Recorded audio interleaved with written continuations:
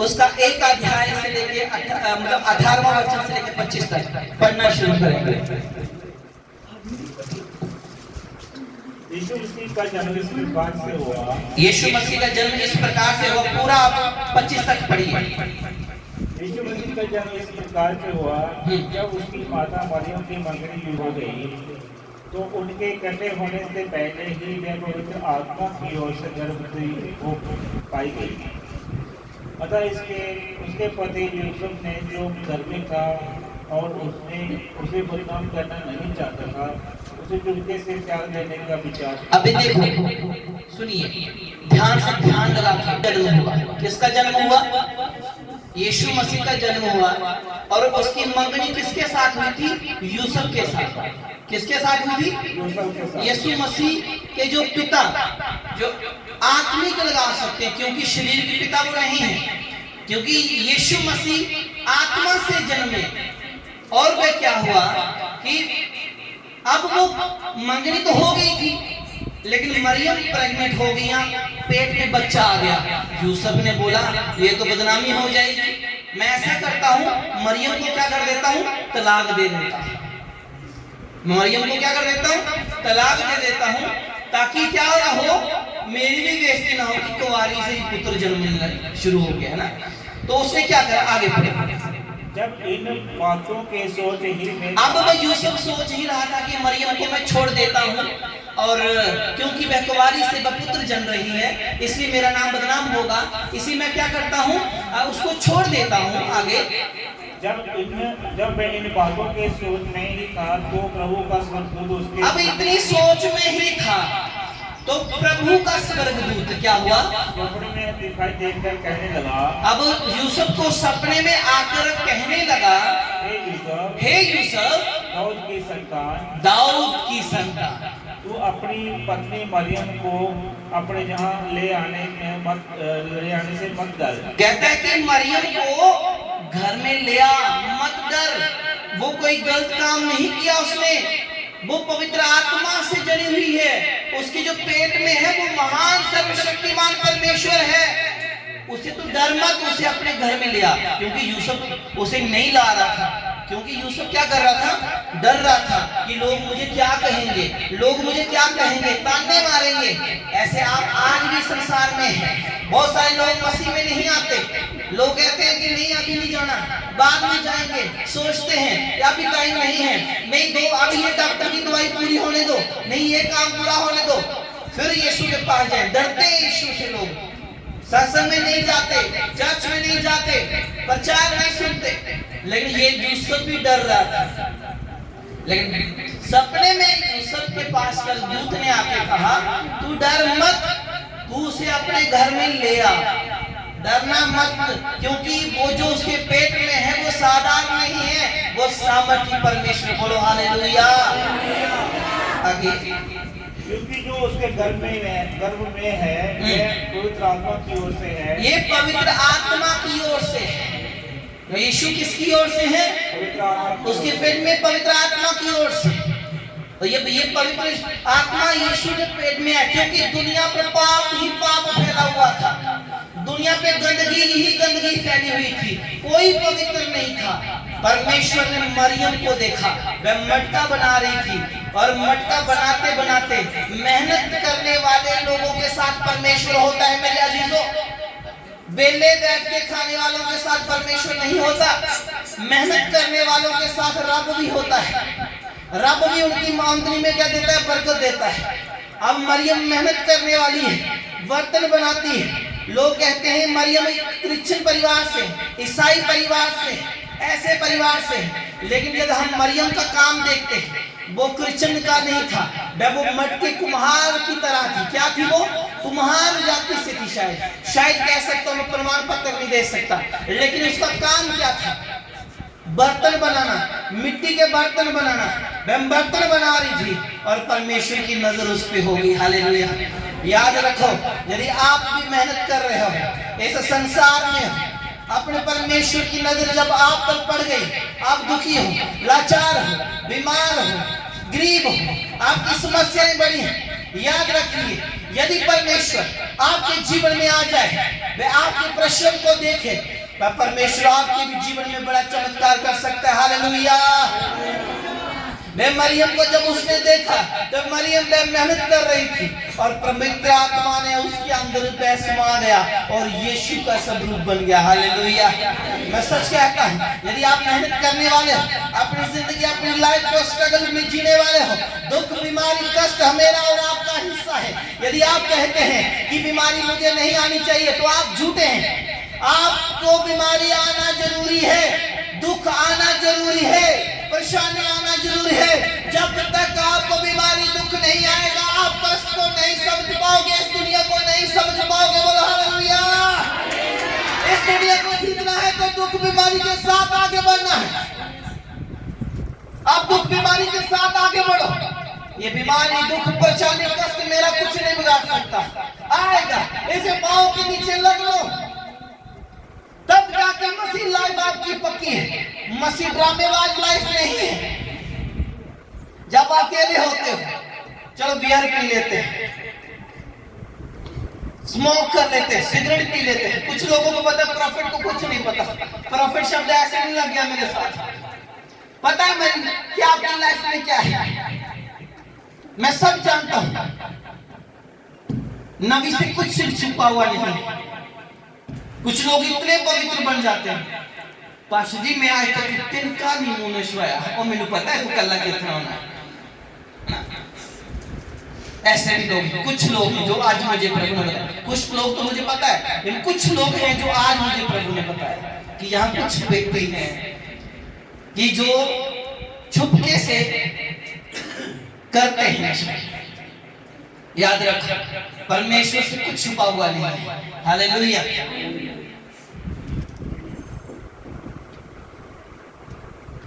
यूसुफ डरने लगा और यूसुफ के पास दूत ने आके कहा मत डर, इसे अपने घर के लेके जा, क्योंकि ये पवित्र आत्मा से परिपूर्ण है। हालेलुया। आगे बढ़ो।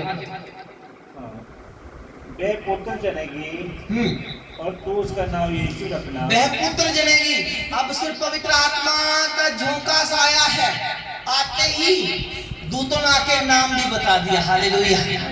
दूतों ने आके नाम भी बता दिया। याद रखिए, आपके मन में क्या चल रहा है प्रभु जानता है। आपके मन में कितनी पवित्रता है प्रभु जानता है। आपके मन में कितनी क्या अच्छा चलता है क्या बुरा चलता है प्रभु जानता है। अभी यूसुफ के मन में चल रहा था, परमेश्वर ने सपने में आके बताया, दूत ने सपने में आके बताया और ये भी बता दिया कि जो जन्म लेने वाला है वो पुत्र है, उसका नाम तो क्या रखना, यीशु रखना। हालेलुया। से उद्धार करेगा, क्योंकि अपने लोगों का उनके पापों से उनके पापों का उद्धार करेगा। हालेलुया। वह अपने लोगों को बचाने के लिए वह इसलिए वो कुंवारी के पेट में आया है। शास्त्र में लिखा है कण कण का स्तुति नमः। क्या लिखा गया? कण कण का स्तुति नमः। उसका मतलब है कुंवारी से जन्मे हुए परमेश्वर के पुत्र तेरी स्तुति हो। हालेलुया।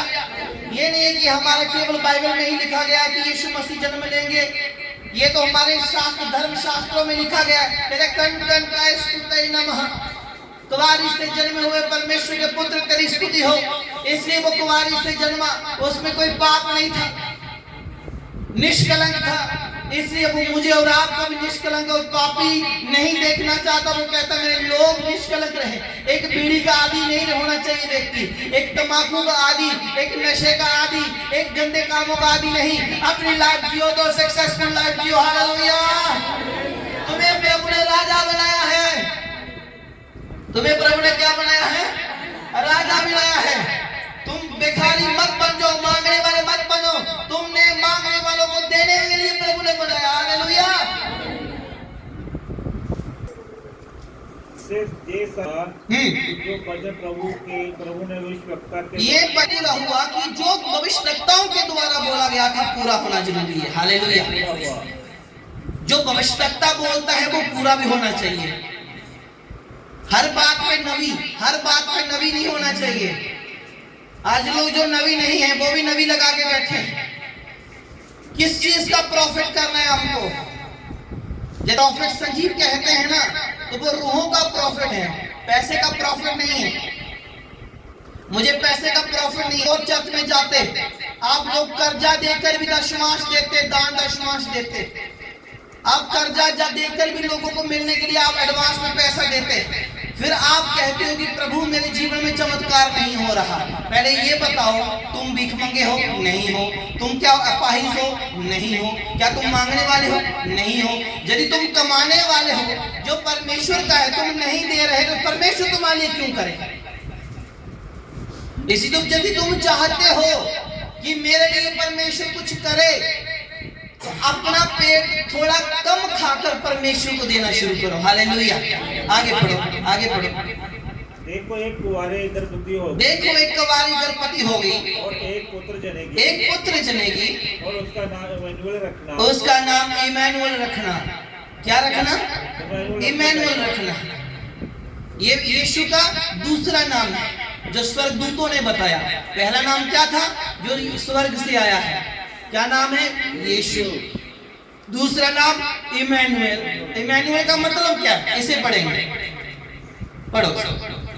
देखो एक कुंवारी गर्भवती होगी और एक पुत्र जनेगी और उसका नाम इम्मानुएल रखा जाएगा, जिसका अर्थ है परमेश्वर हमारे साथ। परमेश्वर हमारे साथ। इम्मानुएल का मतलब क्या है? परमेश्वर हमारे साथ। Jesus with us. यीशु विद मी। यीशु मेरे साथ। यीशु मेरे साथ। ये है इम्मानुएल का मतलब। उसने कहा तुम उसका नाम क्या रखना? इम्मानुएल रखना, जिसका मतलब है यीशु तुम्हारे या मेरे साथ। यीशु मसीह इसलिए धरती पर आए ताकि मेरे साथ, आपके साथ रह सके। हालेलुया। यीशु इसलिए नहीं आए वो चर्चों में रहने के लिए। यीशु इसलिए नहीं आए पहाड़ों पे रहे। यीशु इसलिए नहीं आए जंगल में रहे। यीशु इसलिए नहीं आए पानी में रहे। यीशु इसलिए आए ताकि तेरे साथ रहे, तेरे पति के साथ, तेरे पत्नी के साथ, तेरे माँ बाप के साथ, बहन भाई के साथ, तेरे सज्जन संबंधी के साथ, तेरे बिजनेस के साथ, तेरे पूरी फैमिली के साथ रहना चाहता है यीशु। हालेलुया। बोलो मेरे साथ यीशु रहना चाहता है। प्रभु आ जाइए मेरे साथ, मैं तेरे साथ रहना चाहता हूँ। जोर से बोलो, यीशु मैं तेरे साथ रहना चाहता हूँ। आमीन। यदि आप खुद कहते हैं यीशु मेरे साथ रहना चाहता है, यीशु आपके साथ रहेंगे। बाइबल कहती है तुमने मुझे नहीं चुना, मैंने तुझे चुना है। इसे तुम लोग खुद नहीं आए यहाँ पे, यीशु तुम्हें लाया है यहाँ पे। हालेलुया। तुम अपनी मर्जी से यहाँ नहीं आए हो, तुम्हें यीशु लेकर आया, क्योंकि यीशु ने तेरे लिए चमत्कार का दिन भी ठहराया है। हालेलुया। आगे यदि 25 पूरा हो गया होगा तो सीधा लुका पे। तब यूसुफ नींद से जाकर प्रभु के दूत की। ये सब बातें कब हो रही हैं? दर्शन में हो रही हैं। अब जब वो नींद से जागा, तब यूसुफ नींद से जाकर प्रभु के दूत के आज्ञा के अनुसार अपनी पत्नी को, प्रभु के दूत के आज्ञा के अनुसार मरियम को अपने साथ ले आया। हालेलुया। हालेलुया। किसकी दूत? यूसुफ ने किसकी मानी? परमेश्वर की दूत की मानी। और ये दूत पता कौन होते हैं? कभी कभी परमेश्वर के दास भी होते हैं। हालेलुया। कभी कभी परमेश्वर के दास भी दूत ही हैं और दूतों का न्याय करेंगे। यदि सच में खुदा के दास हैं तो, दूत हैं तो आधे पूत भी हैं, लड़ाइयां डलवाने वाले पूत भी हैं इस दुनिया में। कहते हैं हम दूत हैं, लेकिन अंदर से क्या है? पूत हैं। लड़ाई का यदि रास्ते में पूत हैं। मैं क्या बताऊं, ऐसे ऐसे लोगों को पूत बनते हुए देखा है जो भविष्यवाणियां करते हैं। और क्या करते हैं? अपने इतना जगह मैं क्या बताऊं, मैं उनके नाम तक नहीं बता सकता। ऐसे ऐसे लोग मैंने देखे, लेकिन दूत नहीं, वो क्या है? अंदर से भूत है। लेकिन वह परमेश्वर का दूत जब गया, दूत की सुनी, और जो दूत की मान लेते हैं उनका घर, घराना, बिजनेस सब कुछ सक्सेस होता है। हालेलुया। छोटी सी टेस्टिमनी। कुछ लोग पहले ना लाख खा रहे थे, उसकी करोड़ों में क्या थी? अभिलाषा थी। दूध की मानी तो बच गए, वरना भूतों के वश में पड़ जाना था। हालेलुया। ये भूतों में वश में पड़ जाए तो बड़ी परेशानी हो जानी थी। सो क्या हुआ? दूध की उसने मान ली। आगे, और जब तक वह पुत्र न जने उसके पास ना गया, और उसने उसका नाम यीशु रखा। उसने उसका नाम यीशु रखा। वह उसके पास नहीं गया, पवित्र आत्मा के द्वारा वह यूसुफ वह क्या रहा, पवित्र आत्मा के उस शब्द को मानकर मरियम के साथ पालन पोषण करता रहा। उसका उसे मतलब जो जरूरतें थी, मरियम की हर जरूरतों को पूरा किया। और वह यीशु मसीह के जब जन्म लेने का समय आ गया, आगे अध्याय उसका 1 अध्याय का 26 से 36 तक। छठे महीने में परमेश्वर की ओर से जिब्राइल स्वर्गदूत। अब देखो, छठे महीने में, कौन से महीने में? 6वें महीने में जिब्राइल दूत, जिसको गैब्रियल भी कहते हैं। जिब्राइल का मतलब है कि मतलब खुशखबरी, वो खुशखबरी। महीने में दूत ने आके क्या कहा? आगे छठवें महीने में परमेश्वर की ओर से जिब्राइल स्वर्गदूत गलील के नासरत नगर में एक कुंवारी के पास भेजा गया, जिसकी मंगनी यूसुफ नामक दाऊद के घराने के। ये हो गया है ना, ये यही वचन यही लिखा। अब जिशाया उसका 7:14 पढ़िए। और ये देखिए, ये नया नियम में है। कुछ लोग कहते हैं प्रभु आप ही तुमको एक चिन्ह देगा, इसलिए प्रभु आपको आप एक क्या देगा? सुनो, एक कुंवारी गर्भवती हो। एक कुंवारी क्या होगी? जिशाया भविष्यवक्ता क्या कर रहा है? भविष्यवाणी कर रहा है। ये जिशाया भविष्यवक्ता क्या कर रहा है? यीशु मसीह के आने की भविष्यवाणी कर रहा है। कहता है कि एक कुंवारी क्या होगी? गर्भवती होगी। एक कुंवारी गर्भवती होगी और पुत्र जनेगी। पुत्र जनेगी और उसका नाम इमानुएल रखेगी। उसका नाम इमानुएल रखना, जिसका मतलब है परमेश्वर तुम्हारे साथ है। हालेलुया। यदि मेरा परमेश्वर सबके साथ रहना चाहता है तो इस दुनिया को भी परमेश्वर को याद रख। केवल अपने चमत्कार तक नहीं सहमत रखना चाहिए। मेरा चमत्कार हुआ तो ठीक है, मेरा चमत्कार हुआ तो पास्टर चेंज, मेरा ये चमत्कार हुआ तो पास्टर चेंज, ये हुआ तो चर्च चेंज। याद रखो, परमेश्वर सबके साथ रहना चाहता है। आज परमेश्वर को अपने जीवन को दे दो। परमेश्वर आपके पॉकेट में, जेब में, दिल में, हर जगह नशा नहीं रखना है, प्रभु यीशु को रखो। हालेलुया। जिन एक दिन आपको दुख होगा, 4 दिन दुख होगा, 5 दिन दुख होगा, उसके बाद यीशु ऑटोमेटिकली आपकी जिंदगी को बदल देगा। हालेलुया। आपकी नजर को बदल देगा, आपके हालातों को बदल देगा, आपकी परिस्थितियों को बदल देगा, क्योंकि वो यीशु है जो साथ रहता है। हालेलुया। वो यीशु जो साथ रहता है। हालेलुया। इसलिए वो कहता है, वो आपके साथ रहना चाहता है तो अपने पापों को छोड़ो। वह उन लोगों के साथ रहना चाहता है जो सुखी हैं, जो पाप नहीं करते, जो गंदगी में नहीं है। इसलिए अपने परमेश्वर का अपना जीवन दो। जो पहला बाइबल का चमत्कार है यीशु का जन्म लेना। नया नियम में सबसे पहले जो चमत्कार हुआ क्या हुआ है? यीशु मसीह का जन्म लेना। वह सबसे बड़ा चमत्कार यही है कि यीशु मेरे लिए और आपके लिए इस दुनिया पर आया, मारा गया, गाड़ा गया, 3 दिन मुर्दों में से जी उठे। वो हमारा जीवता परमेश्वर है। बस उसको समझने की जरूरत है, उसको मानने की जरूरत है। उसे स्वार्थी मत रखो, उसे अपनी डिमांड तक मत रखो। अपना जीवन ही परमेश्वर को दे दो। हालेलुया।